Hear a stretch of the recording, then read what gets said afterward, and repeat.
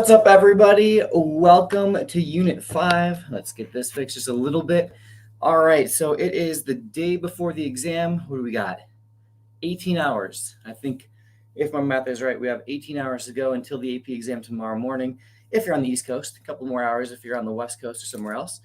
But I want to say welcome. Hope everybody's doing all right today.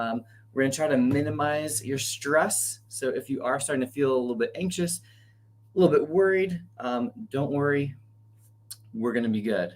All right, so let's kind of jump right in. Just make sure I got everything set up here. So Unit 5 is about linkage institutions. We're going to be mostly focused on political parties, interest groups, elections, and the news media. So that's kind of the main thing. We're talking about political participation. See everybody here. Again, welcome. Good to see so many people. Again, I just want to thank you for being here, for trusting me to help you out with your preparation for this AP exam. All right, so let's go ahead and jump right into it. So a couple things, I guess. Feel free to ask questions in the chat. I'll refer to it a little bit during this one, but more so, remember I have 2 more lives coming up. So I'll be back on at 5 p.m. That's going to be a really big one, an important one I want to encourage you to come to. We'll be going over how to use the documents on the FRQs and how to write the FRQs. So that'll be a good one. And then at 8 p.m., I'm going to answer questions. So if you want to go to the comments of that one right now, drop your questions. Let me know your name, your school that you go to, your teacher if you want a shout out, that kind of thing. And I would definitely love to answer your question, try to help out any way I can. So that'll be tonight, 8 p.m. All right. So, okay. We start off with our 4 models of voting behavior.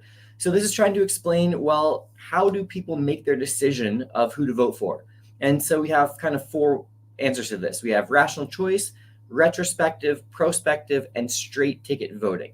Okay, so rational choice voting, like it says up on the screen, the person is thinking about himself or herself. So they're voting the way that seems that it would be personally beneficial to themselves. So this would be maybe if you have a bunch of student loan debt and Joe Biden says, well, I'm going to cancel student loan debt. And so you vote for that candidate, right?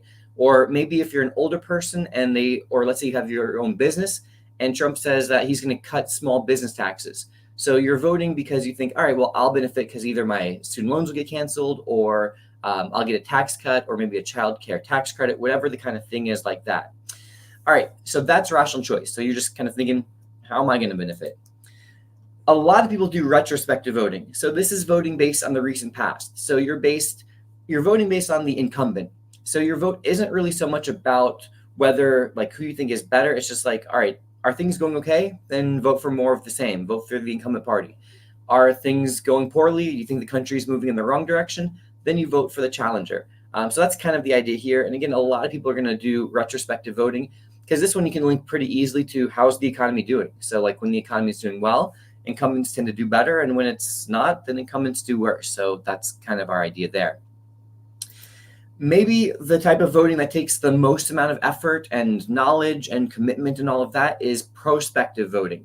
So prospective is looking forward. So retro, we're looking behind to the past. Prospective, we're looking to the future. And on this one, you're looking at who you think is going to handle certain issues better.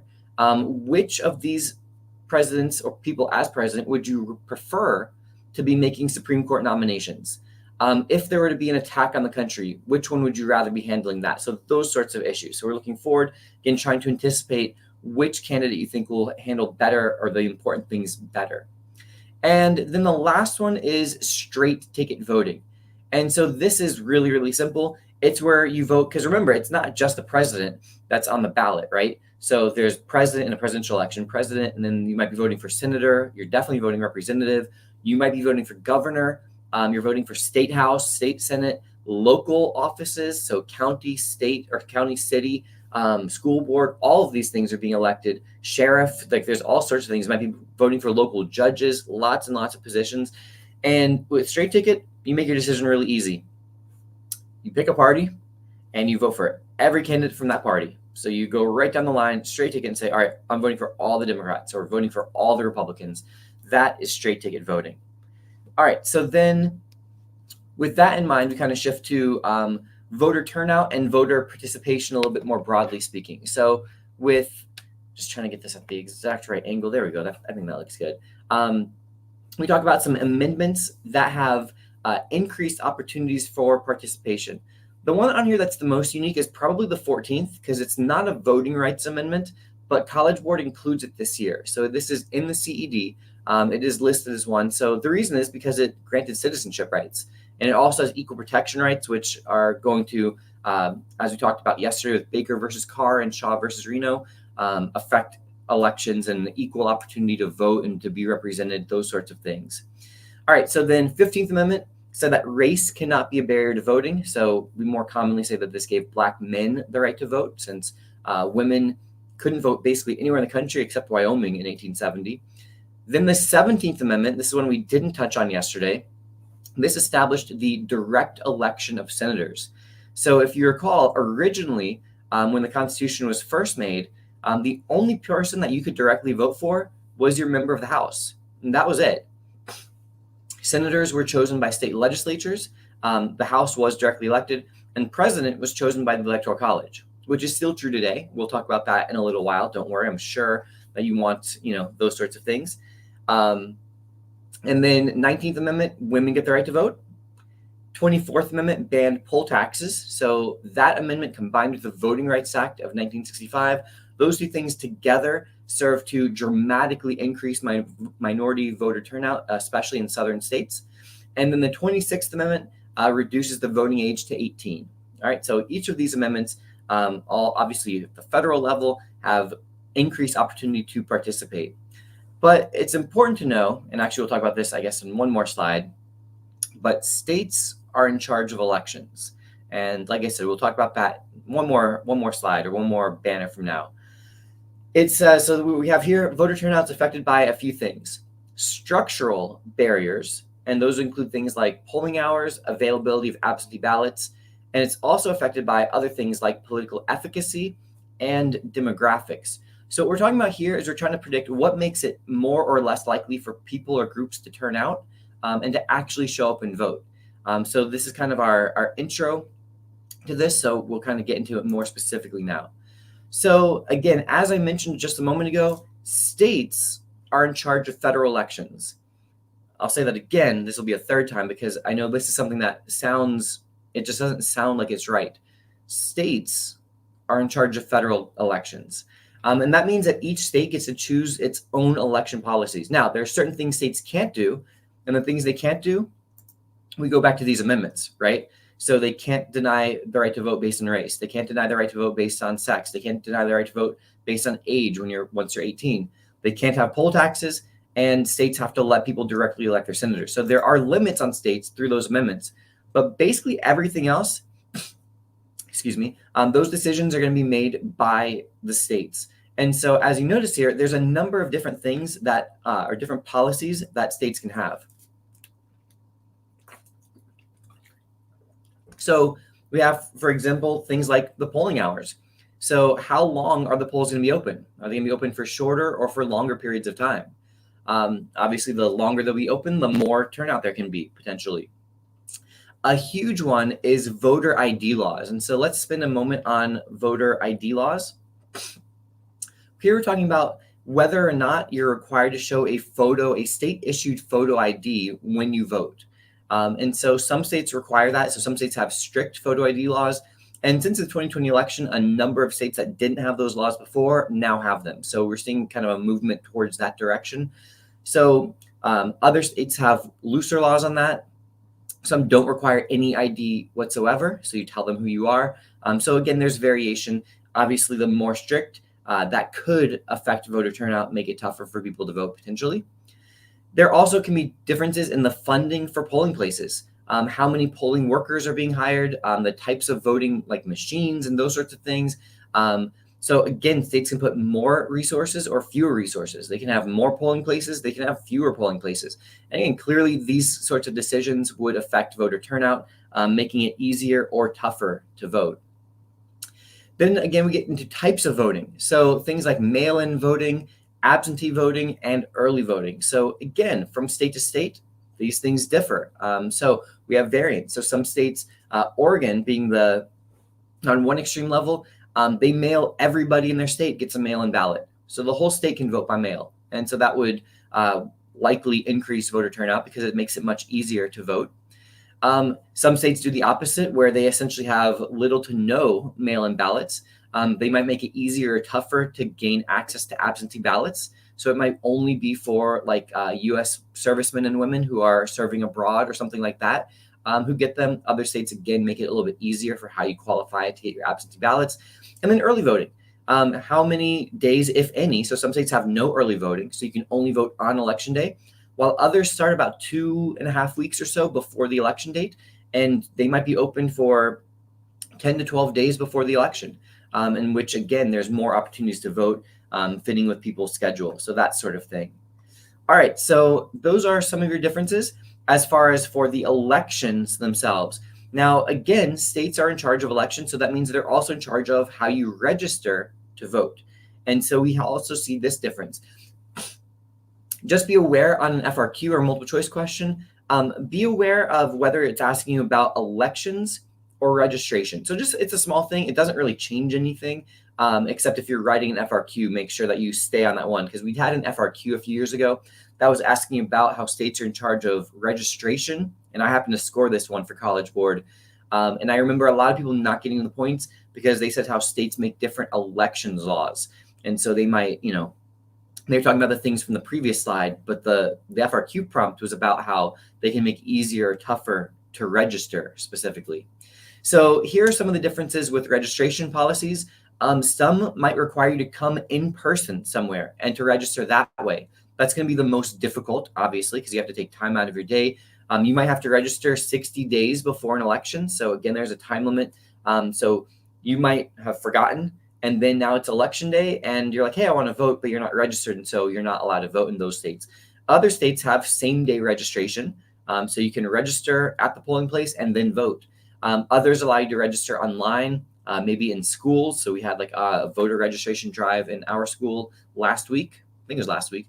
All the days blur together at this point, but it was pretty recently. And some states even have automatic registration. Again, Oregon being the one who's experimenting with this. So they automatically register you when you turn 18. And so again, these are all some variations here. Voter turnout is highest in presidential elections. I don't think that would really surprise anybody, right? We have so much media attention, whether it's on traditional media, whether it's on social media. It just seems like when it's a presidential election year, we are bombarded over and over and over and over constantly with messages about making sure you get out and vote, about this is the most important election of your lifetime, all those sorts of things. So we have higher voter turnout during presidential elections than we do in midterm elections and primary elections and other ones like that. Another term that we had mentioned in that very first banner was about political efficacy. Political efficacy refers to the belief that your vote matters, the belief that you can make a difference, that if you show up and vote, that if you march, if you give money, that you can change things, that government is responsive to you.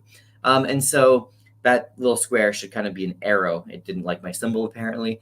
But higher political efficacy means that you are more likely to vote, you're more likely to participate. If you have lower political efficacy, so that's where it's like, my vote doesn't really count, there's 100 million people voting besides me, my vote is meaningless, the government doesn't care, and then that person is obviously going to be much less likely to vote. And then we have one or two last things in this little section. This is where we make some stereotypes and try to judge who's most likely to vote. And so you have this basic idea here. People who are more educated, have higher income, and are more religious are each more likely to vote. So kind of viewed on a spectrum.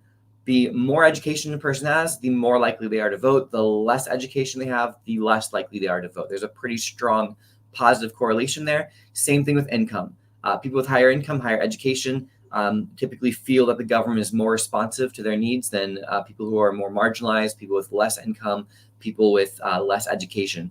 And then religious is an interesting one. I don't really have much explanation for that, but that is one of our kind of demographic facts, is that people who are more religious are more likely to vote as well. There's probably a, and we don't have this one, but age is also on there. That should definitely be on this thing right now. Age is a big one. So the older a person is, to a point. So like middle-aged and older people. So we're thinking like 45 and up are going to be more likely to vote. Then once you get to like elderly, like really, really old, that might change. But when you're talking like people in their 40s, 50s, and 60s, that's going to be the people most likely to vote. Say it ain't so, Sanfro. You got to get a 5 and you can't take the shrine down. Like, what are you doing? Can't do that. All right, so there we go. So I just added the word older there because that should have been there. And then the last thing in this section, some of the factors that influence who people actually vote for. So again, to this point, everything we were saying was just about whether you're more likely to vote or not to vote. Now what we're looking at is, well, how do people actually make that choice of which candidate to vote for?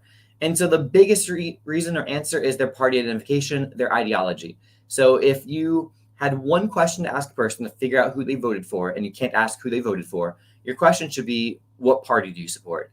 A Republican is overwhelmingly going to vote for Republican candidates. A Democrat overwhelmingly votes for Democratic candidates. I know that's common sense, but hey, it might be the test, an answer on the test, so that would be nice.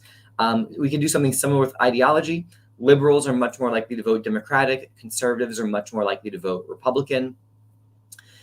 Things also might be the candidate's characteristics. So do they seem honest? Do they seem trustworthy? Do they seem competent? Do they seem reliable? Do they seem likable? These are all things. So would you want to have a beer with the candidate? All those things matter. Contemporary political issues matter because, again, there are times where people have certain preferences where they might prefer Democrats on some issues, but they might prefer Republicans on other issues. So if there are, there's worries about high unemployment and things like that, establishing like more promoting equality, they might go more Democratic. If they are worried about like national security and like the border, they might go more Republican. So again, it kind of depends on those issues. And then demographic characteristics. So again, there are some correlations between who's more likely to vote Republican and who's more likely to vote Democratic based on demographics. All right, so that is the first section there. That's 5.1 and 5.2. So I want to take this opportunity, just pause real quick, say thank you to everybody who's here right now. I appreciate you guys so much. As we get locked in, ready to do great on this AP exam. You guys are going to be awesome, I promise. If you haven't already and you want to help me out and you want to smash that like button, I would appreciate it. You can also, if you haven't already, you can subscribe to the channel. You have friends who are getting ready for this exam. Maybe they don't know about my channel and you want to help them out, you want to help me out. Let them know that I exist, and I always appreciate that. So yeah, thank you guys very much. So the next section we're going to get into, and just get a little bit more water there. Let's talk about political parties. And so we're going to do our linkage institutions. I mentioned this a moment ago. We have 4 major linkage institutions. Sometimes that's a vocab word that you don't really go over in class, but it might show up on the AP exam because you might not have realized that this whole time when we did Unit 5, that was all about linkage institutions. So it just things that connect people to the government. That's what a linkage institution is. So you think about that word link, it's connection, right? So it connects you to the government. And so we have political parties, elections, interest groups, and the news media. These are going to be ways to do that. And so we're going to focus on political parties first. And so Unit 5 is a big unit. I think it's 27% of the exam, something like that. So it's a large portion. It's something that you are highly likely to see on the FRQs as well. So it's solidly at least a quarter of your AP scores going to be coming from this section. And so some of the stuff gets really, really detailed. So again, don't get discouraged. We'll just get down in there into the details and make sure that you're ready to go for tomorrow. Okay, so political parties, what are they? They are an organization that seeks political power by electing members to office. And so your primary goal of a political party, I realize that this might sound cynical, but the primary purpose is to gain power. How do political parties gain power? They gain power by winning elections. All right, so we have these corporations, groups of people come together, and they say, all right, here's our ideas on certain issues, and so let's look at their functions and how they're going to do this. All right, so we have mobilization. So mobilization and GOTV, get out the vote, those go together. So GOTV, get out the vote. I know that's not grammatically correct, but you're going to see a lot about GOTV coming up between now and November, I promise you. So that's the idea of actually getting people to the polls. So if you don't mobilize people, just because you convince them that you're better than the other guy, if they don't actually show up and vote for you, you're not going to win. So that's an important part of the party function, is trying to actually get the people out to vote. Then we have educating voters and policymakers. So when we say educating, that's the word from College Board. So these words are straight from College Board. So this is the language that they use. This is not my language, because I wouldn't have really called it educating. They have bias. They have propaganda, might be a word that I would use a little bit more so. But they are telling people information, right? So here's what's going to happen if the other party gets into office. Here's what's going to happen if we get into office and we control things. And here's why things are the way that they are. Here's the direction we should be going.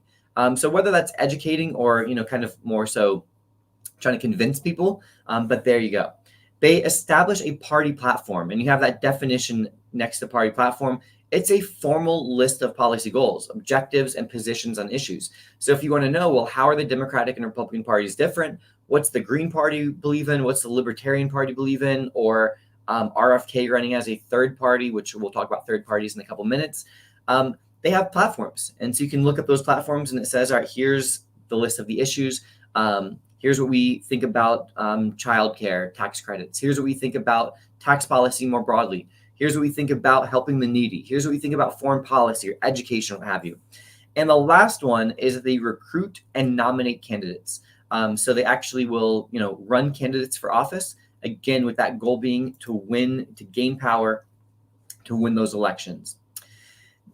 More functions of political parties. So there's a lot of things that they do. So remember, the functions we're talking about are ways that they're actually trying to achieve that goal of gaining power and winning elections. So they provide support for campaigns, and that comes in a number of different ways. So fundraising is going to be a huge one. So raising lots of money and then doling that money out to various candidates to try to ensure that they win or give them the best chance to win possible.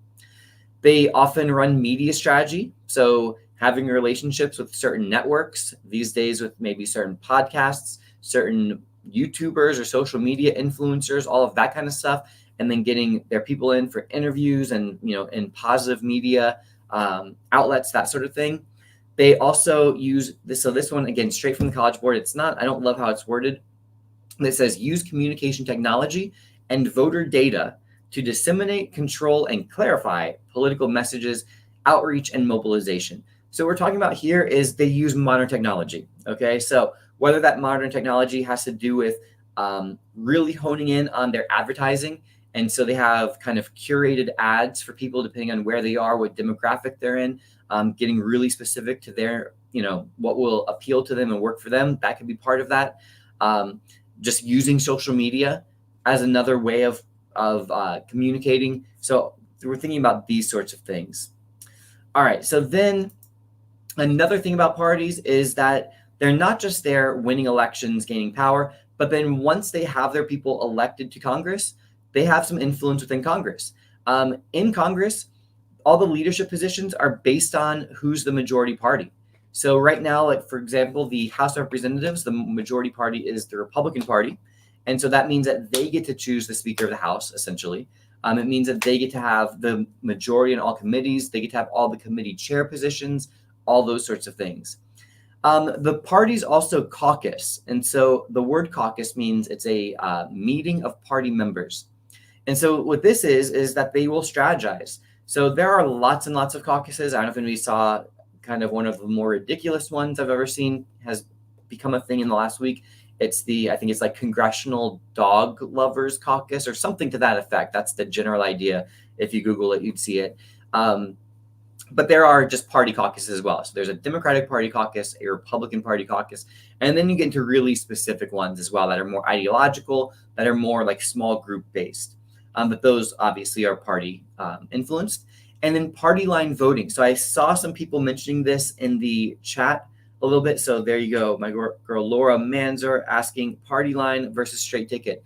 So party line voting, we're talking about within Congress. We're talking about members of Congress. And when they vote on a bill, and if basically all the Democrats vote no, all the Republicans vote yes, we would say that that was a party line vote. All right, so party line voting is done by members in Congress. Straight ticket voting, we did this one a few minutes ago, so just back up and I'll show that on the screen again. This is talking about people regular people, not congressmen, so citizens going and voting. And it's when they just vote for all the Democrats on their ballot, or they vote for all the Republicans on their ballot. That's straight ticket. Again, party line, we're talking about members of Congress who are all voting together. All the Democrats vote one way, all the Republicans vote the other way. All right, so again, thank you guys for being patient as I sip a little bit of water there. All this talking is thirsty business sometimes. All right, so then we have some changing political parties. This is up into section 5.4. So how are some ways that parties are changing? Well, one is the rise of candidate-centered politics. Candidate-centered politics is the idea that more and more people today care less about the party identification, the fact that a person is a Democrat or a Republican, and they're caring more about the fact that they like that candidate. So Donald Trump is probably the best example for this.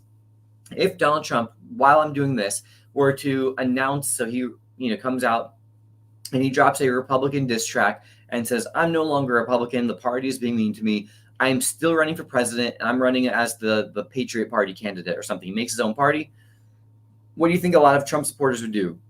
They would probably still support him because they like him, not because there's a letter R next to his name, but because they like him. So that's going to weaken political parties. So basically all of these things here, when it says changing political parties, it really should say weakening political parties. So the party structures are getting weaker. And so what's happening here, again, they focus on the party. That gives the party leadership less control over the candidates because the candidates are like, hey, the people love me. It's not because I'm your party. It's because they like me. And so you can't tell me what to do because they like when I don't listen to you.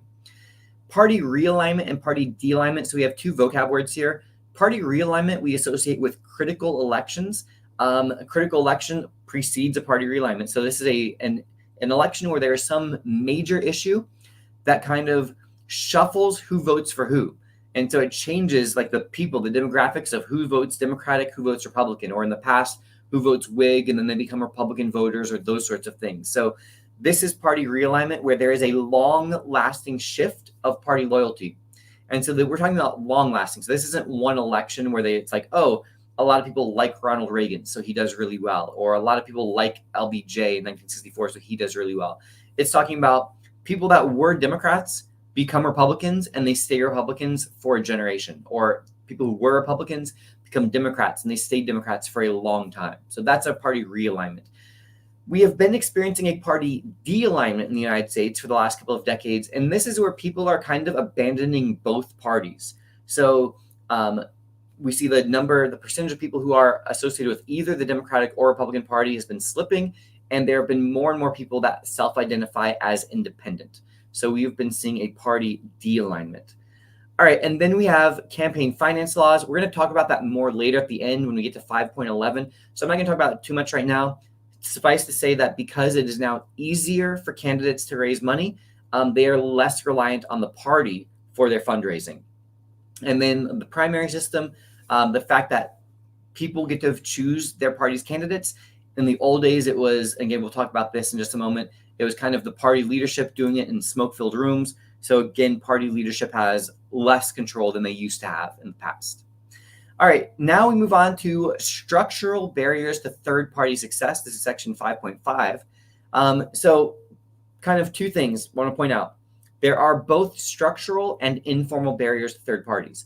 We want to make sure that you read the question closely and know whether it's a structural or an informal barrier, because they might ask you for a structural barrier, and if you give an informal barrier, they're not going to say that's correct, even though it is a barrier. So structural barriers are kind of how the elections are run. They are kind of like by law, they're the way that the process is. Informal ones are kind of, you'll see, there's a pretty big difference. It's kind of just how people behave, even though there's not a law saying people have to behave in that way. So with structural barriers, we have plurality system. Plurality system is the idea that the way that you win most elections at the federal level is by winning the most votes. And so that can be even if it's less than 50% of the vote. And so for the most part, we don't have runoff elections. Again, I say for the most part, and I think that this term is actually less likely to be on the AP exam because Georgia does runoffs and they have a majority system, and they've been very prominent in the last two election cycles over who they choose and how that turns out, I think in 2020 and 2022. And so they're probably less likely to talk about this because there is that counterexample that I think would, yeah. So probably don't worry too much about plurality, but it does mean that you win. The winner just has the most votes, even if it's not a majority. Winner take all voting districts. So the idea that you have a single member district, so those kind of go together. That means that every district, we have 435 districts for the House of Representatives. And whoever comes in first place, they go to the House.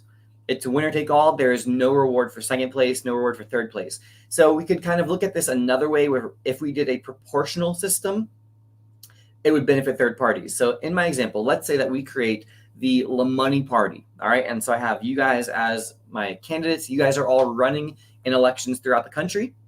And we do really well. We get 10% of the vote in every district in the country. Well, the way that it works now with winner take all, 10% is not coming in first place in any districts. So we will send 0 people to Congress. If we did it proportionally and people voted for the parties, like we had one nationwide election, and then we sent people to Congress in proportion to the vote that the party earned, well, now our 10% of the vote would give us 10% of the representation in the House. And that's a huge deal. So we would send something like 43 or 44 people to the House. And now it might be possible that neither of the major parties could actually pass anything without our support. So we would be the swing vote in the House. We have a ton of power. So the fact that we have winner take all voting districts, single member districts, instead of having a proportional system, instead of having multi-member districts where, there might be more than one person going from each district, these are going to discourage third parties from running. And then we have ballot requirements. So this is the money, the fees, the petition signatures necessary to get on the ballot. It's often very easy for the major parties to do this, but it might be a lot tougher for smaller third parties to do it. And so they might not even get on the ballot in a handful of states, sometimes even most states. And then lastly is the Electoral College. Again, we're going to talk about that in a few minutes, so I don't want to focus on it too much right now. But yeah, that's basically the idea. The Electoral College, because there's winner take all stuff, it's going to also discourage third parties. Now, on the other hand, we have informal barriers. All right. So with informal barriers, we're thinking about people's behavior. And the fact is that all of these things could change. Like none of these are by law. If you start looking at that list, major parties take popular portions of third parties' agenda. So a classic example of this is the Democratic Party kind of becoming the more, the more environmental party. Right now, there was and there is a Green Party. And the Green Party was all about protecting the environment and all of that stuff. And the Democratic Party was like, okay, you know what? Those ideas are getting popular. We're going to take those and incorporate them in our own platform. The problem for third parties is like, okay, like it's bittersweet, right? Like good, we forced the major party to now address environmental issues, but now people who care about environmental issues are more likely to vote for Democrats than Green. Well, why is that? Well, that goes with the next one, right? People often feel like they're wasting their vote voting for a third party. So if you have the choice, so let's say you're really into protecting the environment, and the Green Party is the best party for protecting the environment. The Democrats are good for protecting the environment. Again, I'm just saying this, I'm not saying that is true, but this is your perception of it, okay? So you think that even though you think the Green Party is better on that issue than Democrats are, you might be like, well, but the Green Party is not going to win. And if I vote Green Party, well, then maybe the Democrat loses and it'll be the Republican. And I think that they're even worse on the environment. And so since the environment's the important issue to you, you end up voting for the Democrat, even though they're not your first choice, but they're better than your last choice, which would be the Republican Party in this case. So hopefully that makes sense. And so the idea is that they take those popular portions, and again, it's going to end up reducing support for the third party themselves. All right, so then one more or two more, less money and less media coverage. So this, again, people could give more money to third parties if they wanted to. They often just don't because, again, this kind of self-fulfilling prophecy of, oh, I don't think they're going to win, so I'm not going to give them money. And that hurts their ability to advertise, campaign, all of those things. And they get way less media coverage. RFK is getting about as much media coverage as I've seen a third party get in a while. A lot of it is negative, but he is getting some media coverage. He has a very famous name and a very rich running mate. Both of those things are kind of unique for third parties, but you get the idea. All right, so that is political parties. So I'll kind of just take a chance really quickly, pause, look at the chat, just see if there's anything questions on this specifically. Bum bum bum. I see some answers being so Mr. Watson out there helping me out. I appreciate it, running that chat, answering questions for people. Bum bum bum. What's the difference? All right, we're gonna get to some of that stuff. Campaign finance. All right. Look good. Okay. And since I just saw it, shout out Professor Jones at Ardrey Kell High. Okay. Okay. So then the next section that we're into is all about interest groups. All right. So with interest groups are organizations that attempt to influence policy for a specific purpose. There should be a little semicolon right there at that point because they are increasing in number. And so I will kind of just fix that real quick. All right. So they're trying to influence policy. Usually, it doesn't say the word usually, but we should have that word there. Usually it's for a specific purpose. So it might be protecting civil liberties, it might be protecting gun rights, it might be to promote pro-life policies or pro-choice policies. It might be to promote gun control policies. So there's a ton of different things. We have interest groups that represent basically everything you can imagine. There are literally thousands of them, as it says. They are increasing in number. So sometimes we see that word proliferation. So there are lots and lots and lots of interest groups. Again, if you there's ones for nurses or for teachers or for basically any kind of job class you can think of, for all sorts of different people groups, anything you can think of, there's an interest group. And so the idea is this is another way to influence government. And so functions of interest groups, some of them are relatively similar to party functions. So again, educating voters and office holders, again, keeping in mind that their information is going to be biased. The purpose of parties and interest groups is not to provide neutral information and let you make the best decision where it's like, here's the arguments for this side and here's the good arguments for this side. And now let's decide and try to figure out. No, they have a position that they think is the right side or the one that they want to promote. And their goal is to promote policy that matches their beliefs. And so they're going to do that. Again, the College Board frames it very positively with educating voters and office holders. And we'll talk more about the lobbying in just a moment. Also, I'm going to skip draft legislation for now. We'll talk about that again when we come back to lobbying. They also are involved with mobilizing membership. So same thing, getting out their members to vote. So there's some good examples of like the NRA being unhappy with Al Gore back in 2000. And so they mobilized their voters to get out and vote for George W. Bush. And they helped him to win that election. They also are parts of iron triangles and issue networks. And we're going to talk about that one again in about 2 slides from now. Okay. So again, some more functions of parties, of interest groups, I should say. They often testify at committee hearings. So if you remember back in Unit 2, we did this yesterday, which feels like a lifetime ago. We were different people then. Maybe we weren't different people, but at this point, what happens is Congress is making legislation. They are proposing the bill, they're editing it, they're revising it, and they hold hearings. And they want to talk to experts or people who have strong ties to this area of policy. And oftentimes, they're going to talk to members from the interest group. And they're going to get the interest group giving them their opinion, giving them their input on a bill. And so this is a huge advantage for interest groups that actually get called to Congress to testify. This gives them a chance to actually really specifically get their voice heard. They also, with that in mind, so let's go back and let's go ahead and do draft legislation now. Since I just talked about that way, we're close enough to this idea. Oftentimes, lobbyists, so people from interest groups, are in the room where it happens, actually getting to be there as the legislation is being drafted. So they can work sitting down at the same table. We don't like this wording of the bill. Please change it to this way. Oh, the bill says 85%. It really can't be above 75%. If it's above 75%, you don't have our support.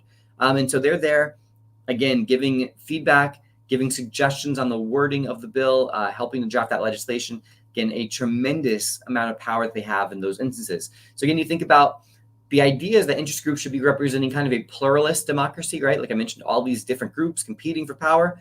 But then there is this argument, are we sure that it's not elite democracy? And one reason is what we're just describing here with like the drafting the legislation and all of that. We'll talk about another reason on the next one in just a moment. So then you have, they can also create PACs. Again, 5.11. So at the end, towards the end of this video, of this live, we'll talk about that. Contributing to super PACs. Again, we'll talk about that later. They also can endorse candidates. So this is a good one where they can say, all right, we're an environmental group, and we're going to rate all of the candidates on a scale of A to F. A candidates are amazing on environmental issues. F candidates are horrible for the environment.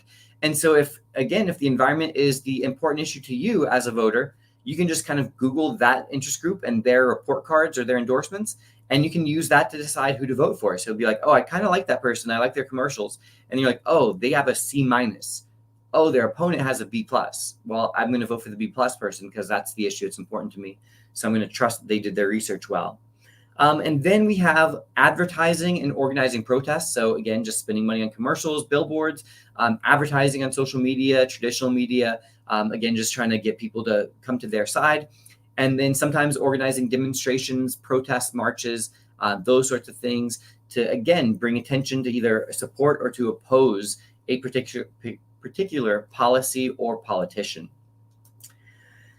All right, so I see lots of talk about other things in the chat right now that I'm not talking about, so I'm gonna ignore that. So then we have lobbying. All right, so lobbying is a huge section, probably the most likely thing that we'll be talking about on the AP exam. So you're gonna have some interest group questions for sure. Lobbying is a really, really safe bet. So when we're thinking about lobbying, the interest group hires people who are called lobbyists, all right? The lobbyists are going to be experts at that policy area. So they are going to be persuasive. They probably are either political science or a law background, very likely. And they are going to know everything about their side. Not only that, but they are the type of people who can convince people to work with them. They are persuasive. They might be persuasive in a positive way, like what can we do to help you out? They might be persuasive in a negative way where they start making veiled or not even veiled threats about that person. So maybe they are threatening campaign funding. So we've helped you out to win these elections. We're going to support an opponent against you, like all those sorts of things, those kinds of tactics. But ultimately what they're doing is they are providing information to congressmen to try to get them to vote the way that the interest group wants them to vote. So, hey, we supported your campaign.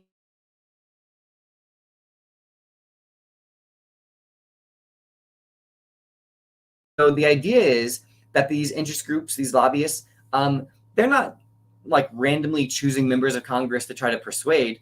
They know ones who are ideologically aligned with them, and that's the people that they try to persuade, that they target. So we don't have it wouldn't make sense for like a gun control lobbyist to be trying to convince very conservative members of the House to vote for gun control legislation. Like that's not going to be successful.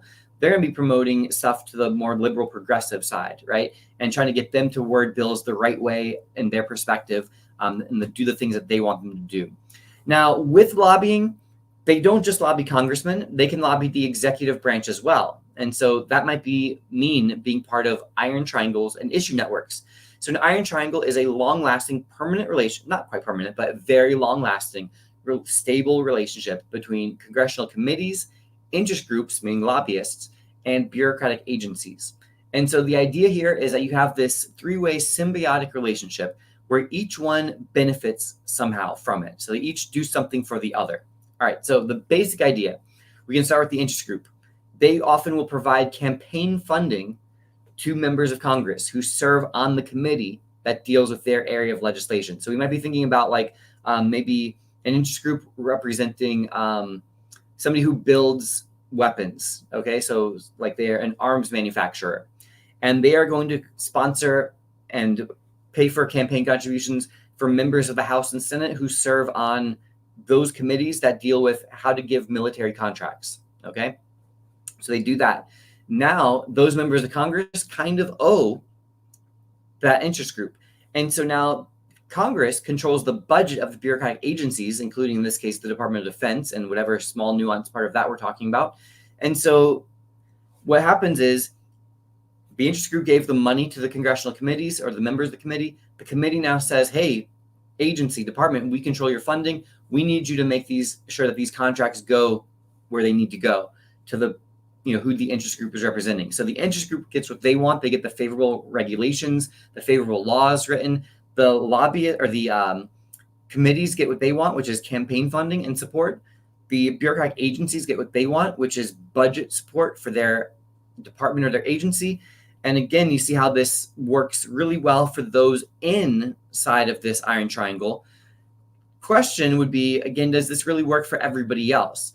And so this really seems a lot like elite democracy, right? Where those who are in the room, in that relationship, they are benefiting, but people who aren't in that room might not be benefiting as much. They might be getting forgotten.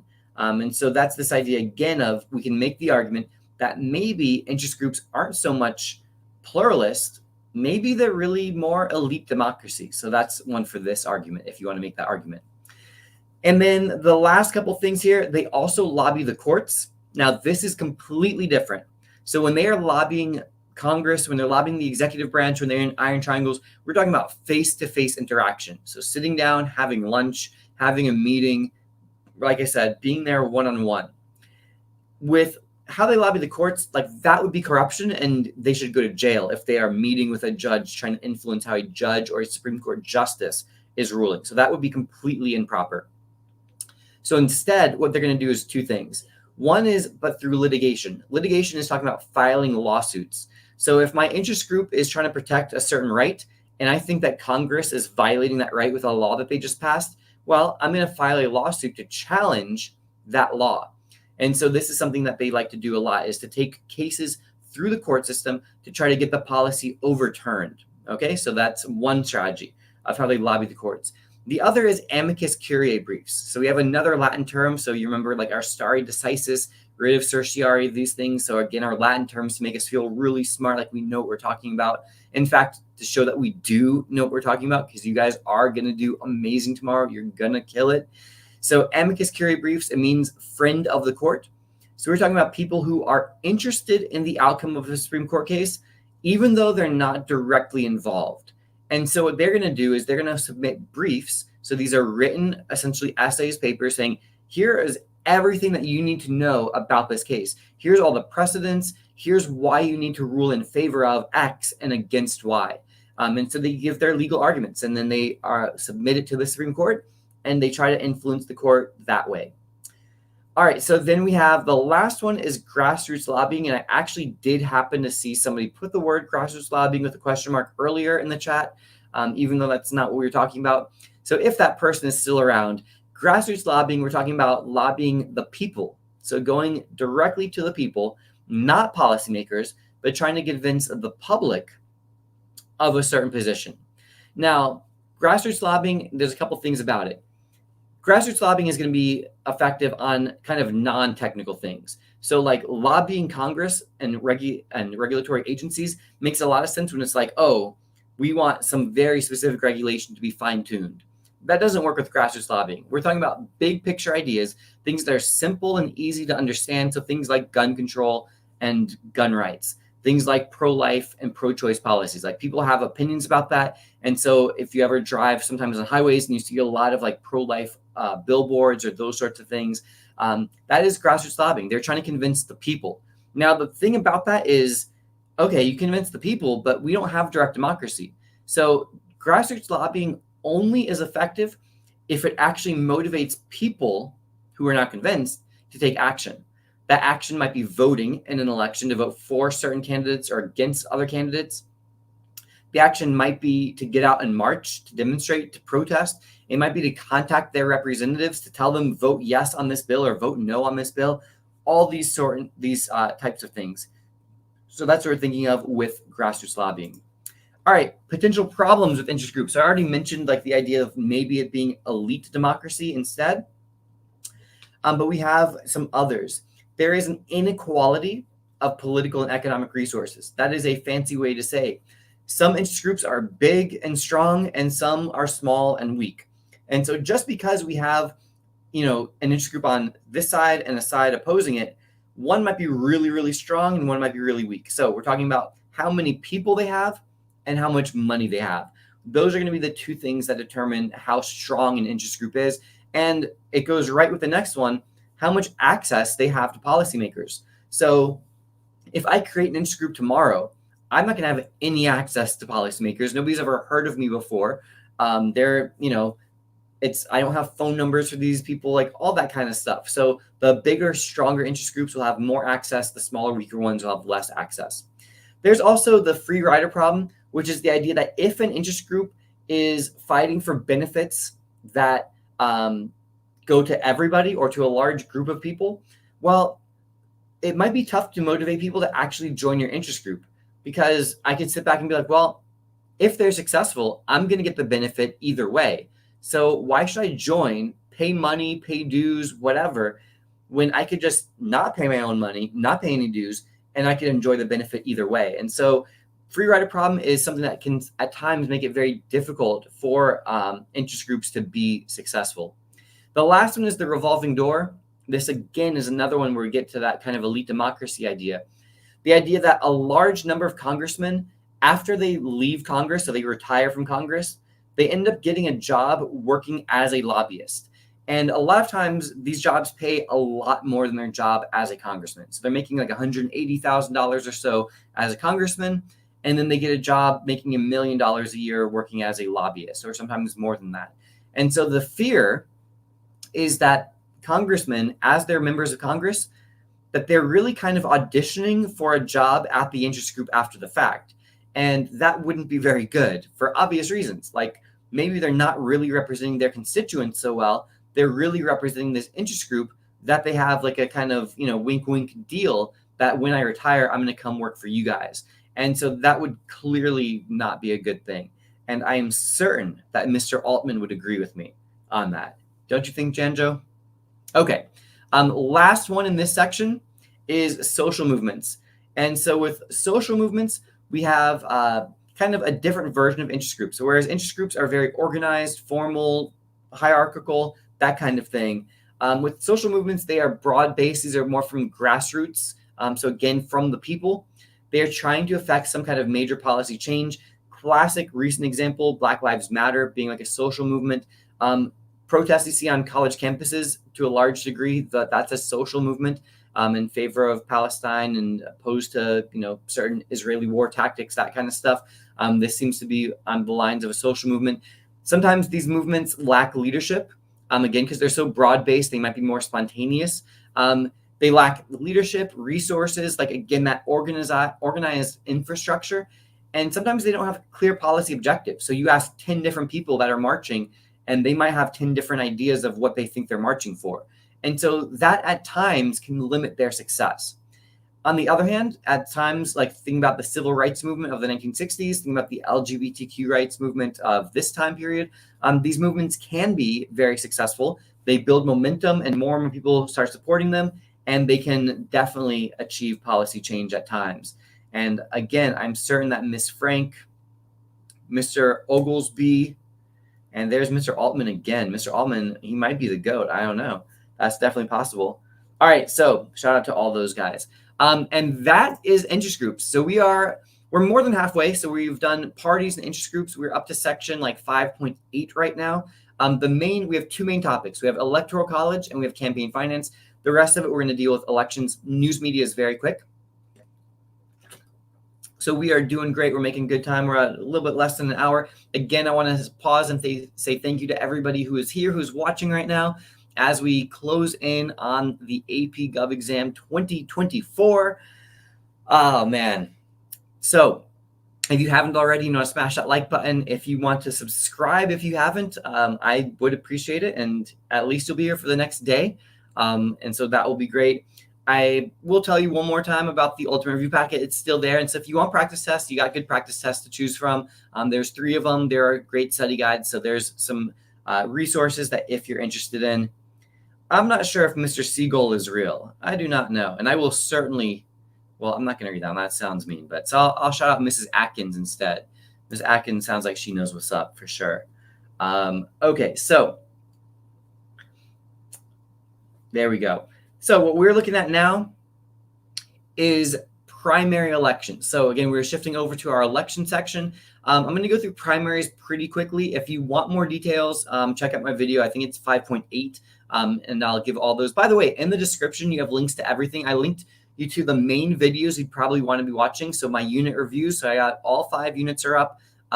Case reviews for all the cases, documents. So there's videos that go through all of them, like really quickly, like 11, 12 minutes, all the cases or all the documents. And then if you need a little bit more detail, definitely check out the videos that go through each case one at a time. Like they're only about 3 minutes each, 4 minutes or so for most of them. And then there's newer videos that have the documents as well. So like get all of the details that you need. That would be my suggestion. So you have again a bunch of good links there. All right, so when we have primary elections, primaries allow people to choose their party's candidate for the general election. So the general election is where the winner takes office. So in November, right now, if nothing changes, it's Donald Trump versus Joe Biden in 2024, just like it was in 2020. And so that would be the general election. So you have the Republican candidate against the Democratic candidate. In the primary, it was Donald Trump against a few other Republicans. So who? Ramaswamy, Nikki Haley, Ron DeSantis. So that was Republican versus Republican. In the past, it would have been the party leadership. They would have just chosen the candidate. But these days, the voters get to do that. Now, there are kind of different states do it different ways. Some states have open primaries. Others have closed primaries. States that have open primaries allow any registered voter to vote in either party's primary. In other words, you do not have to be a registered Democrat or a registered Republican. You just have to be a registered voter. That's an open primary. Closed primaries only allow registered party members to vote. And so if you aren't a registered member of that party, you don't get to vote in the primary. So this is obviously makes it a little bit tougher, kind of limits who's in that. All right, so okay, I was going to start shouting out. There's a few there, but Mr. Jacobson, Mr. Siegel, Israel. All right, Mr. Ashan, Mr. Taylor. Okay, booing the fake money. Hey, I got a shout out. Nice. Yes, that's definitely a fake money. If I was typing and trolling my own chat, though, at the same time, though, that would be next level. I think Kendrick could pull something like that off, but I am not quite on that GOAT status time. All right, so then how does a candidate actually win the primary? So why is it Joe Biden versus Donald Trump? Well, they will be officially nominated at their party's national convention. So those will happen in around August or so. And so the way that you win is that you go state by state by state, and you have all these primary elections. And then whoever wins the most delegates, I'm not going to explain delegates in this video. It's not worth our time at this moment. Again, if you want to, 5.7, I do. 5.8. I do explain it, but it's not worth our time here. But you win a majority of the delegates at the national convention, and that's how you get the nomination. Again, we've kind of already alluded to this idea that because it's primaries now, the nomination process has become much more democratic. Again, in this sense, that lowercase d democratic, people having more power, people having more ability to do stuff because people have more control over picking their party's candidates. All right. Electoral College. So this is something the AP exam loves to talk about. It can be an argument essay prompt, so we'll come to like the pro and cons of that in a few minutes. For right now, we're just going to go through the technical details because this is, again, a pretty sure bet that you'll have at least one multiple choice question on this topic. As I drink water, just notice that sprinkles are for winners. And so since all of you guys are winners being here today, going to do great tomorrow, make sure you get some sprinkles, all right? So the Electoral College officially elects the president. So the people do not directly elect the president. People get to vote for the Electoral College, essentially, and then within their state, and then the Electoral College actually votes for the president. So every state can choose their electors differently. Every state at this point, though, does let their people vote. So essentially, and again, I'm oversimplifying because, it is different from state to state, and it does not matter for the AP exam. So the simple version to just kind of have a mental picture in mind is, so I'll do Florida because I'm in Florida. Trump versus Biden. Trump won in 2020. Florida had 29 electoral votes in the last election. We have 30 now, but it's 29 then. And so Donald Trump's reward for winning the state of Florida was that he got all 29 electoral votes from the state of Florida. That means he got to choose, again, we're being loose with this, but essentially it's like as if he got to choose the 29 electors from Florida who will then vote for him, cast the official ballots as the Electoral College for him to win the presidency. All right, now, why did we have the Electoral College in the first place? So we know we talked about this in Unit 1 as one of our compromises. So some people wanted Congress to choose the president. Other people wanted the people to directly elect the president. So instead, we have this kind of middle ground where people choose an electoral college who then chooses the president. So yeah, that's a thing. So then this is an example of elite democracy. As it says, it was originally intended to be a guard against participatory. So not wanting people to have too much power, not trusting the people. That's what this all comes down to, fearing mob rule, like that kind of stuff. And so again, you have this, people can vote, but it's a filtered representation, right? Where you're not getting to vote directly. So then a little bit more on like the current these days things. And look at that. So thank you to Mr. Beat. Look at that nice little celebrity stopping by. That's pretty cool. Thank you for your support. Much appreciated. The chat goes wild for Mr. Beat, as they should. That's pretty cool. So with the Electoral College, we have 538 total electoral votes, and you need a simple majority of electoral votes to win. And so that number is 270. So you need 270 electoral votes. That's a simple majority out of 538. So that's 270 to win. The popular vote does not matter. And if you don't believe me, ask Hillary Clinton. You could also ask Al Gore. And so they are both people who won the popular vote. That means that more people in total in the country voted for them. However, their opponent, George W. Bush or Donald Trump, won the electoral vote. And so they get to be the president. Now, I already kind of mentioned the winner take all aspect when I gave my example of Donald Trump. And so Trump wins Florida. It doesn't matter how much he wins Florida by the way. So let's go back to 2000. George W. Bush won the state of Florida by 537 votes out of 10 million or so. No, it wasn't quite that many back then. I think it was like 7 million, but I think it was about 7 million votes. But he won by 537 votes. That's it. And his reward was all of Florida's electoral votes. So you don't split them up. It's not proportional. Again, 48 out of the 50 states plus DC all do this in a winner-take-all method. The two that don't are Maine and Nebraska, and they're both pretty small, 4 electoral votes each, so it doesn't really matter too much. Because of this winner-take-all feature, again, we said earlier how that is a huge discouragement to third-party success. It's going to make their life much more difficult, and it also is going to cause candidates to focus specifically on battleground and swing states. So that's going to happen there. Okay, so this is something that people criticize a lot, and I think I have this listed in the anti-electoral. Yeah, I do. So we'll talk about that more in like our pros and cons of the Electoral College. But again, candidates focus on the swing states. These are the states that have a larger number of electoral votes and are competitive. Really, it just means that they're competitive, because there could be swing states that are small, but the ones that get focused on the most are both large and competitive. Okay, so then what happens if nobody gets 270 votes? And actually, I think there's one more thing. I didn't see it here. We do want to know that small states are overrepresented mathematically. So I do want to say that, point that out. Small states are overrepresented mathematically because every state has a minimum of 3 electoral votes. So Florida's population is roughly 40 times that of Wyoming's, and yet Florida has exactly 10 times as many electoral votes, meaning that proportionally, there are more electoral votes per person in Wyoming than there are in Florida. That does not really affect campaign strategy at all, but it is something that the AP exam has enjoyed asking multiple times. All right, so then what if nobody gets 270 electoral votes? Well, then what happens? Well, it's the House of Representatives that will decide the election.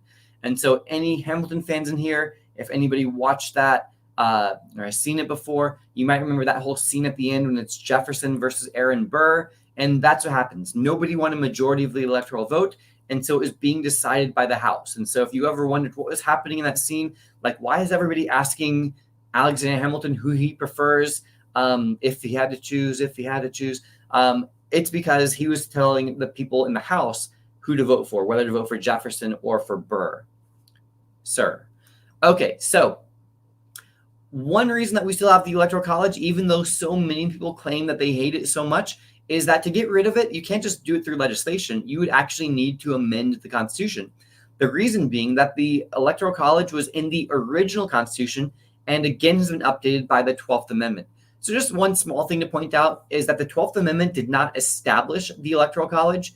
It just altered it. So that's what we should have written in notes for 12th Amendment, is that it altered the Electoral College. Because remember, again, in that Aaron Burr versus Jefferson election, the old way was first place becomes the president and second place becomes the vice president. Today, it's not that way. The 12th Amendment altered that. Again, they allude to that in Hamilton. And then basically what happens is now you vote for a president and vice president together. So you vote for Joe Biden and Kamala Harris, or you vote for Donald Trump and Mike Pence back in 2020, or whoever Trump picks this time. All right.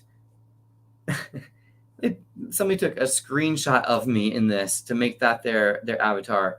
The fake Lamana over here. All right, so shout out to Mr. Fusharian. I think Dr. Saul Wiggle Biggle Bottom is definitely for real. I believe in that one. Some of these others I thought was fakes, but that's for real, for sure. Okay. Bump. LaMoney, excrete this imposter. Amazing. Shout out Mr. McGillicuddy. Bump. Okay. All right. So we'll keep it moving. Mr. Telegraph, Mr. Arjun Shah, Mr. Brannon, Mr. Telganoff, Mr. Singh, Shah. Okay. McGillicuddy again, Mr. Effinger. All right. So we're good on shout outs, I think, at the moment. So guards against mob rule, we already talked about that one. So these are if they ask you in an argument essay to take a position on whether the Electoral College facilitates or impedes democracy, here are 3 arguments you can make in favor of it. Is that it prevents mob rule. So the idea is that people are too dumb to choose the president. They're going to be fooled and misled, and they're going to choose some terrible person to be president. And that's one of the reasons they established this in the first place. This one is not a great reason anymore because the Electoral College just does whatever the people in the state tell them to do anyway. So this one probably doesn't really work anymore, but that is, a potential reason. States retain their importance in choosing the president. So again, there is a role for states because states get to choose how to determine how to choose their electors. So there is this state role. And so for people who are into states' rights, that can be an important positive thing there. It ensures that candidates have to appeal to all voters and can't just focus on densely populated areas. So a fear is that if you got rid of the Electoral College and it's a straight popular vote, well, then you're going to spend all of your time campaigning on those densely populated urban areas. That's where all your advertising money is going to go. You're going to focus on New York City, Los Angeles, Houston, Chicago, like the big cities, instead of all the very spread out geographic places, the rural areas, places throughout the country. And so there is this argument for like a geographic balance is how you could say that. Now, on the other hand, anti-electoral college positions, voters have enough information. They are more informed and they're perfectly fine making their decisions. It gives too much power to voters in swing states. So if we look at the electoral map for this year, for 2020, most states don't really matter. Like New York, California, Texas, even Florida doesn't look like it's going to really matter probably in this election. It's a handful of states like Georgia and North Carolina and Pennsylvania and Michigan and Wisconsin. These are our swing states in 2024. And so it means that basically the candidate who does better in those states is probably going to win because we have a really good idea of certain states are solidly blue, other states are solidly red. And so these few states are basically going to determine the whole thing. All right. Then shifting away from the Electoral College, we have a few things. Congressional incumbency advantage. All right, so there are a bunch of reasons for it, but basically the idea is that if I told you, all right, predict who's going to win each of the 435 congressional elections in the House and the 33 or 34 of them in the Senate. And all I can tell you is one piece of information. You should ask, who is the current incumbent? And then you should pick the incumbent to win every single one of them. And you'll be right well over 90% of the time, as this says. So the incumbent wins over 90% of the time. Sometimes it's more like 96, 97, or even 98% of the time. Incumbency advantage is extremely strong, which might seem wild because everybody says they hate Congress so much. Congress is usually the least popular, pretty much always the least popular branch of government, and yet they have this huge, massive incumbency advantage. And the idea is that people tend to hate Congress as a whole, but they like their representative. And it turns out everybody hates Congress as a whole, but likes their own representative. And so keep voting for those same candidates over and over and over again. So the incumbents usually win. You have a list of reasons why that is. So here are a few of them. Casework. Casework is one that is often on the AP exam. And I think it's because that vocab word doesn't mean what it sounds like it means. Casework means constituent service. That's the definition. So if you're taking any kinds of notes, that might be a good one to take this afternoon. Casework is constituent service. We're talking about ways that you have a congressperson and their office, their team has helped people who live in their district, their constituents. And if they're able to help them out, solve some kind of problem for them, they use the government's resources to like get them benefits that they're qualifying for or some kind of, whatever. That person's more likely to vote for them because they benefited personally from that congressman's efforts. Franking privilege is definitely falling off in importance. This is the idea that they can send mail for free. So they could send like mailers and advertisements and flyers and that kind of thing to their constituents at no charge. And so that is a pretty big advantage if you think about there being 900,000 people in a district. All that money that you're saving on stamps, that matters. So that gives them a nice advantage there. PAC contributions. So again, we'll talk about PACs in a couple minutes, but PACs donate overwhelmingly or support incumbents. They have more name recognition. People have heard of them before. They are more likely to have more media attention, again, because they're already a member of Congress. So all of these things support them. So again, we come back to this idea of midterm elections. So we have presidential elections like in 2016, 2020, and 2024.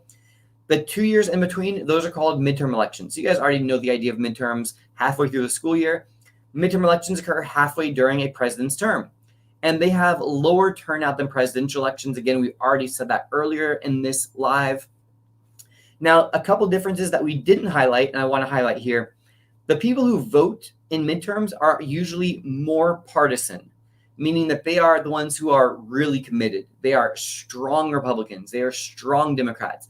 The people who I'll vote once every 4 years because I guess it's my civic duty, but I don't really follow politics or know much of anything.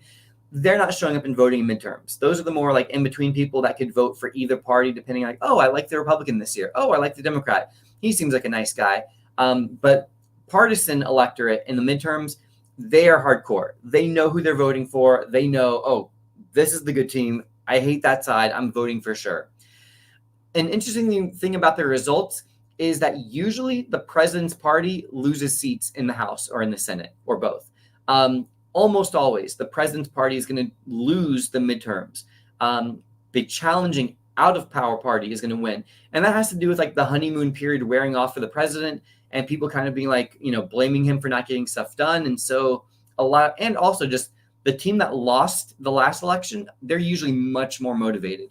And I think you can feel that right now, that Republicans who like Trump, they seem to be much more enthusiastic, a lot more fired up for this election than Biden supporters are. And so that kind of thing matters as well with turnout in midterms. And then the last little statement here is that presidential elections are more competitive than congressional elections. Presidential elections, generally speaking, are pretty close. A blowout would be 53 to 46. That would be wow, that was a pretty big victory. Over the last 2 decades, that's a huge victory, in fact. On the other hand, that would be a nail biter in a congressional election. Most congressional elections are 70 to 30, 75, 25, in that range. So we're talking huge blowouts. The reason for that has to do with gerrymandering. And we have a lot of districts have become safe districts or safe seats where they have made the districts in such a way that they are not competitive at all. So you have districts that are overwhelmingly Democrat or overwhelmingly Republican. And yeah, so you end up with very uncompetitive districts in congressional elections. Now, I put a question mark by this vocab term. It is in the AP exam. It's on your CED. And in AP Gov, it's not going to have a question mark. So maybe I shouldn't have put this there. I just question how true this is. But right now, we're teaching that there is a presidential incumbency advantage. My prediction, if Biden were to lose this election, I think we're going to get rid of presidential incumbency advantage, because that would be like, multiple times in a row where it didn't turn out that way, but we'll see. But over the last 30 years for Clinton, Bush, and Obama, there was appearing to have that there was a incumbency advantage. That's kind of why we have this. The idea is, okay, why would the president have an incumbency advantage? Because the president is well known. Everybody knows who Joe Biden is, or who Obama was, or who Trump was. The president has the bully pulpit. Again, that advantage when it comes to media attention, that by just doing something, by speaking, everybody rushes to what's the president talking about. He gets to control set the debate, like the terms of the debate and what we're talking about. The president has campaign experience. He's already done it before, right? He has won a presidential election, so he actually knows what it takes to do it. The other person doesn't. And it can be different, and it can be very challenging. And just because they've won a governorship or a Senate race before, that does not mean that they are prepared to win a presidential election. The president also already has a network of contributors. He has a large staff. He has volunteers. He has all these people working for him. He has people who have already given him money. So all that begging for money stuff, yes, they still need to do that, but they already know who they get their money from. And that's, again, a huge advantage. And he's already seen as presidential. So the fact is that people can look and be like, well, we weren't sure if he really would be presidential, whatever that means. But now he's been president for almost 4 years. So people are like, oh, well, of course he's presidential. He is the president. So we can picture him or her one day as the president. And that does matter, because sometimes people talk about candidate like, I don't know if I can actually see them being president, though. Do they really have the right personality for that, or something like that? And Brett Benson is in the chat helping out people as well. Shout out to Mr. Benson. Appreciate it. Helping me in the chat, answering some questions as always. I think you did that yesterday too, and I appreciate it so much.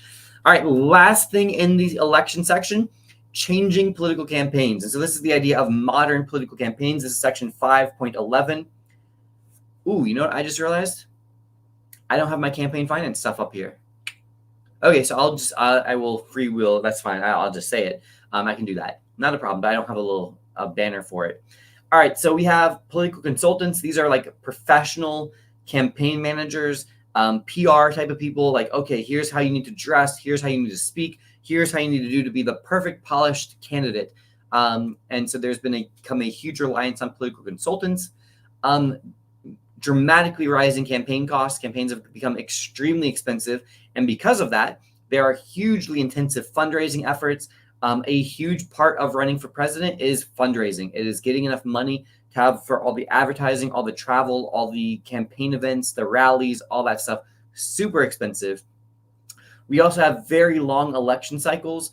So Donald Trump, the election in November 2024, he announced that he was running in November of 2022. 2 full years before the election. So we have had, this presidential cycle has been 2 years, or will be 2 years by the time it's over. There's also obviously a dramatic increase in how much people use social media. The campaigns use social media for communication, for fundraising, all of that stuff. Maybe picture Bernie Sanders coming to you once again, asking you for a few dollars support, that kind of thing. All right. So the campaign finance section. There's a couple things. So there is a law called BICRA, Bipartisan Campaign Reform Act. It did a bunch of things back in 2002 to alter campaign finance laws. So specifically, we got hard money and soft money contributions. Hard money contributions, money given directly to a candidate. Soft money is given to a political party. Hard money contributions are regulated and restricted. So you can only give somewhere around $3,000, $3,100, something like that. So the dollar amount doesn't matter, but there is a dollar limit how much you can give directly to a candidate. The reason being that it looks like it's corruption if you give them too much money. Okay, So then BICR comes along in it, and soft money, by the way, you're allowed to give as much as you wanted to the party. BICR comes and says you can't give any soft money. Soft money is banned. But it also did a few other things. It said corporations can't give any money directly to a candidate. It said when you make a political ad, you have to put your name on it. So this is the I'm Joe Biden, I approve this message. I'm Donald Trump, I approve this message. That's that. It's called stand by your ad provision. And then it also said, okay, and corporations, unions, and interest groups, you're only allowed to advertise. You're not allowed to advertise, let me say it that way, within 30 to 60 days of an election. The rest of the time, feel free, have all the advertisements that you want. But right before an election, we're not going to let you advertise because we think you're too powerful. And then you would convince people to vote on the side that you're on. And that's just too much power for corporations, unions, and groups to have. And so we're going to stop you from doing that. Okay, so then we fast forward a few years to a Supreme Court case. It is a required case called Citizens United versus FEC. And of all the cases, it is probably our most complicated. And I'm willing to bet it might be the one people are the most intimidated about. I would suggest watch my video, and I know it's just like a shameless plug, but for real, if you want good information, you want to be prepared, watch the Citizens United video. I go into all the details. You get the graphics and everything so you can see it on the screen. I go at a normal pace, so I'd recommend that strongly if you're worried about Citizens United. So Citizens United is going to do several things. It's going to strike down two of those parts of BICRA. It's going to strike down the timing ban on ads. So it's going to say that corporations, unions, and groups, they're allowed to make their advertisements whenever they want. And the reason is because that is protected by free speech. Political spending is a form of free speech. They also strike down the ban on soft money. And so today, corporations can spend unlimited amounts of money on politics and advertisements, and anybody can give as much as they want to a party. The two parts of BICRA that survived, corporations can still not contribute directly to a candidate, and there is still the stand by your ad provision. All right, so we have kind of a mixed bag of what things worked and what things didn't work. I feel like some of you guys want me to really slow down the chat on the next live because all the shout out stuff from the same two people. 5-second delay is clearly not enough for some people. I want the chat to be active, but all right. So with that in mind, with Citizens United, there is one other thing that is hugely important in this section that I want to make sure that we're good on. Political spending is not the same as political contributions. All right, I'm going to say that again. Political spending is not the same as political contributions. Political contributions refers to money that is given to a candidate. Political spending is when you spend your own money to support a candidate, but you don't give it to them. Now, that could be money that you give to a PAC, a political action committee, or a super PAC, and then the PAC groups everybody's money together, and now it makes advertisements. But remember that PACs and super PACs are independent of the candidates, okay? And so that's viewed as political spending.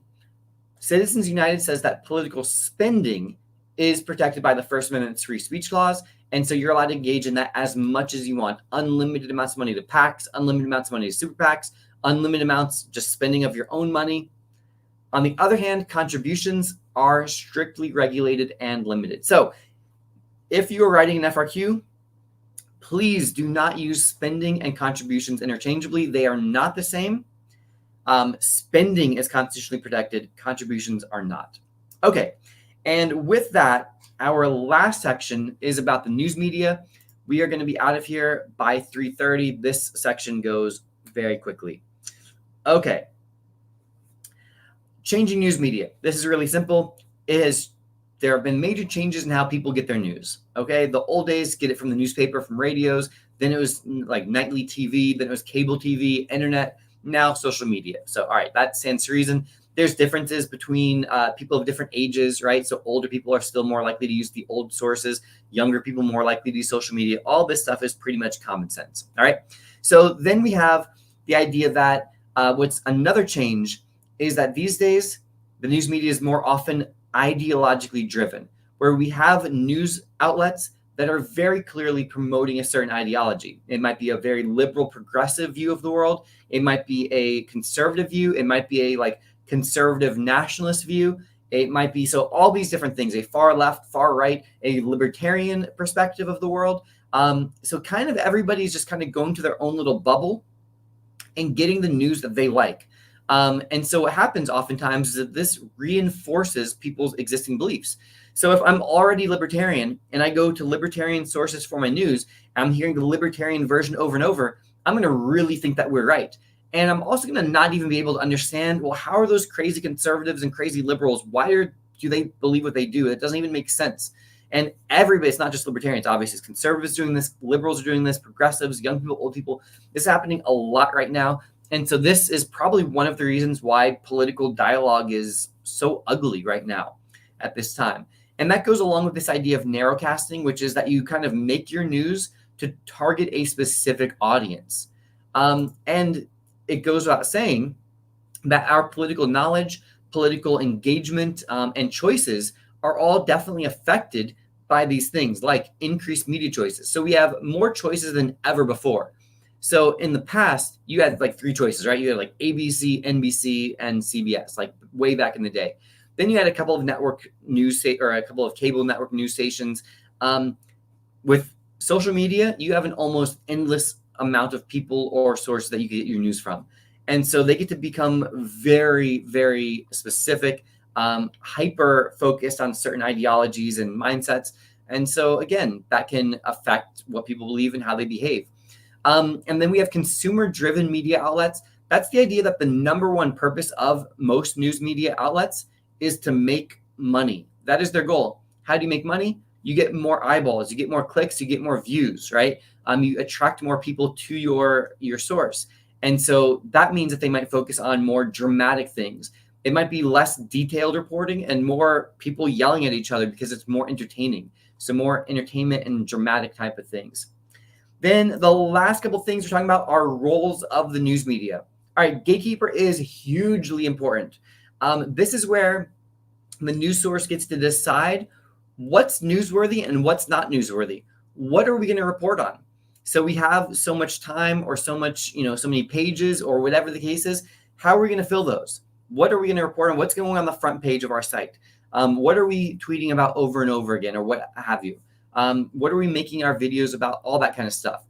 So this is hugely important because if they don't report on things, then that means the public doesn't know about them. And if the public doesn't know about them, then it can't become important to people, which means that people won't demand anything be done about it because people don't know. So gatekeeper is a hugely important role. And it goes with this idea of agenda setting. So this is kind of the second or third time we've talked about that over the course of these lives. But agenda setting, we're talking about where people essentially, well, I shouldn't say people, but the news media reports on something, then it becomes important to the people, and then people demand action taken. So when the news media does report on something over and over again, it is more likely to be addressed by policymakers because it becomes more important to people. All right, there's also the watchdog role, which is a really important one as well. So this is where they like investigative journalism, looking into things like how's money being spent? Are there, is there bribery taking place? Or things being done improperly? That sort of thing. So watchdog is a very important role. And then the last one, scorekeeper role. This is where they focus on the polls to the exclusion of really detailed, good reporting. And so this can sometimes lead to horse race journalism. Again, focusing too much on the polls, people might become less informed. And there is a fear of something called a bandwagon effect, which is the idea of, oh, the candidate that I want isn't going to win anyway. So let me choose from one of the ones who actually has a chance. And so you end up kind of pushing people, oh, they're winning, and people move towards the ones that are winning. That's probably most likely in like primary elections. And the very last slide for the day, political knowledge is affected by new emerging technologies. We're thinking about social media. We're thinking about TikTok that reinforce existing beliefs.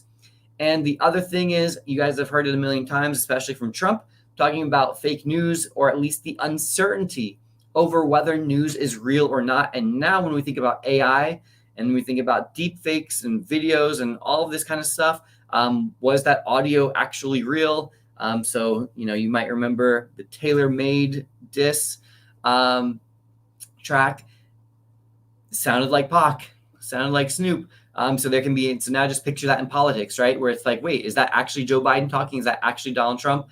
This is the world that we're living in. And so that is definitely going to affect what people believe and what they know and what they feel like they know. So with that, Unit 5 is complete. We just hit an hour and a half.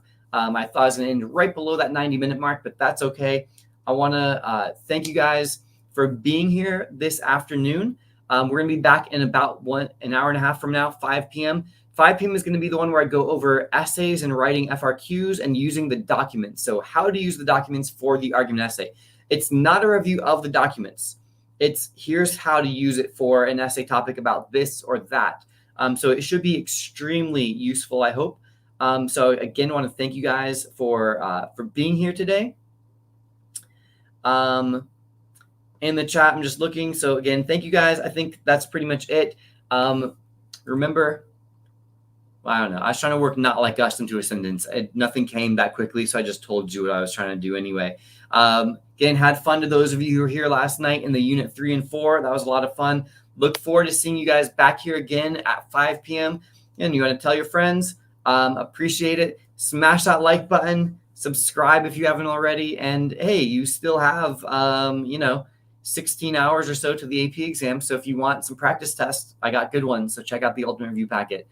Until next time, this has been a La Money production.